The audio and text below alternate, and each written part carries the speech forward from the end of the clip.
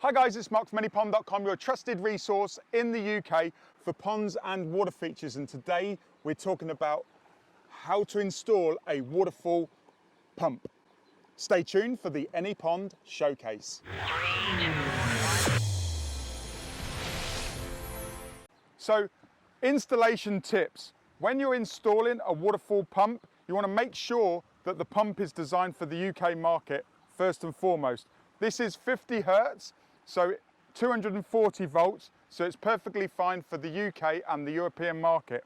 Once you've sorted out getting the right pump, then what happens is you can open the box and you can see what fittings you get inside. In this particular box, you get a whole combination of fittings. The first thing that you get on the pump is a male threaded outlet. So what you need, if you're reducing it down, and we'll come on to that in a second, you need an adapter. This is a 2-inch female threaded adapter to 1.5-inch male thread. So that allows you to put on a ball joint, and then if you're putting the pump in a pond, you want to make sure that you can angle it wherever you want, so you're not having to have the pump coming straight up and it comes out of the water. You can actually angle it wherever you want, and then you can send it out, so it's a discrete installation. So coming back to the restricting the amount of water. So this particular pump will do 7,600 litres of water at a 0 head height. The 0 head height is the water height in the reservoir or in the pond. So when you're pumping it up a foot, then you're adding head pressure.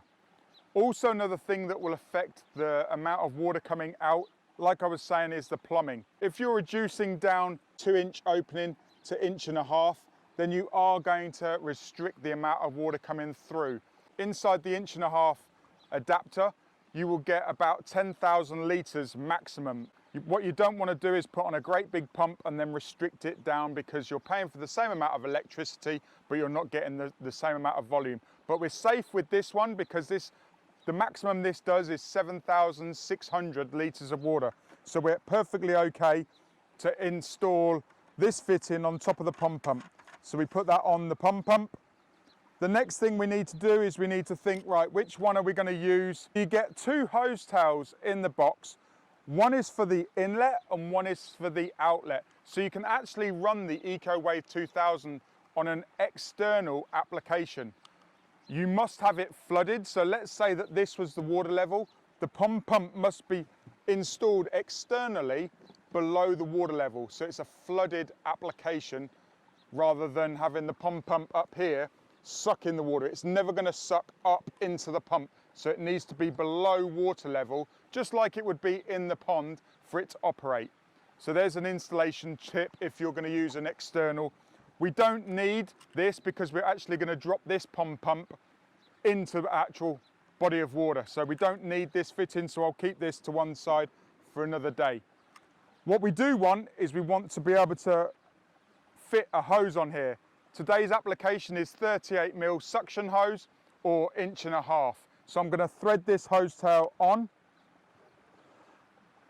What I don't want to do is I don't want to restrict the flow down to 1 inch inside the 38mm, because what that will do is it will reduce it down to 5,500 litres of water. So that's a no-no. So what we don't want to do is we don't want to reduce the pump, restrict it down to 1 inch when we've got 38mm or 1.5 inch pipe.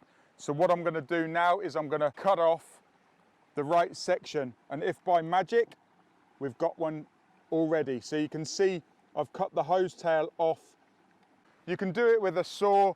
What I would recommend is you actually fit the hose tail to the actual pump itself, and then you can secure it. It's just like a clamp. So you can secure it onto the pump and then lay it down onto a bench or a box, and then you can actually use the saw and the fitting won't move. If you're trying to do it in your hand, it's no good, because you're fighting it and you will cut yourself. Talking from experience, when I haven't got a bench or the pump is got a very small amount of cable and you can't get it out of the pond, there are applications where you can't put it on a bench. Now what we're going to do is we're going to attach the hose to the pump. So now where I am, I'm on the film set for the next video. This is the EcoWave 2000 that I just had on the desk. For this application, I'm going to attach the hose to this one because this EcoWave is ready for the pool. And also, you'll notice that this has got a strainer on the inlet of the pump, so it's a low suction intake. So rather than having the cage, I've put another cage on this one. Still exactly the same pump, just a different cage. It is an optional extra. You can buy these separately, but what they're designed to do is they're designed to work in a pondless basin all the way down. So if you didn't have this on and you had this cage, it would literally pump and then start sucking air. So when you put the low suction intake on, it will actually go all the way down to wherever you set it. So with this particular test, I want maximum flow because I'm going to be talking about the flow rate. So on this installation, I'm not going to use the ball valve. I'm literally going to just use the hose tail. Now we need to put the suction hose onto the pump. So what I tend to do is I tend to lie it down. Then what we need to go and get is we need to get the pipe out of the pond or out of the installation. So here's your 38mm suction hose. I have actually got a Jubilee clip on there because I have had it running. That's enough. And then all you do is you just essentially clamp this down. So it's perfectly fine if you're using hose tails if you don't want anything more than 5,500 litres. So now we've got the POND pump installed. Now we've got the 38mm on the POND pump. Now we're going to drop that into the pond, which is down here.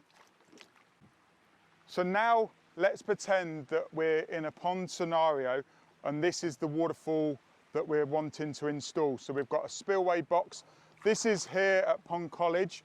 Like I was saying, this is a film set for the next video coming out. And what I've got is I've got the 38mm hose attached to another adapter and it goes into the back of the spillway box. Let's switch it on now and we'll go from there.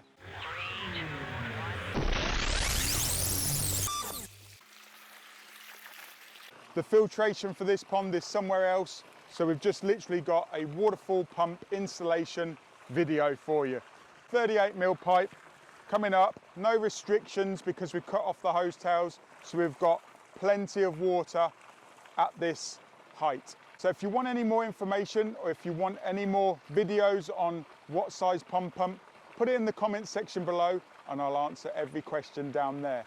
My name's Mark, the Pond Advisor, and I'm here to support you, dream, plan and enjoy ponds and water features. Till next time, I'll see you in another video.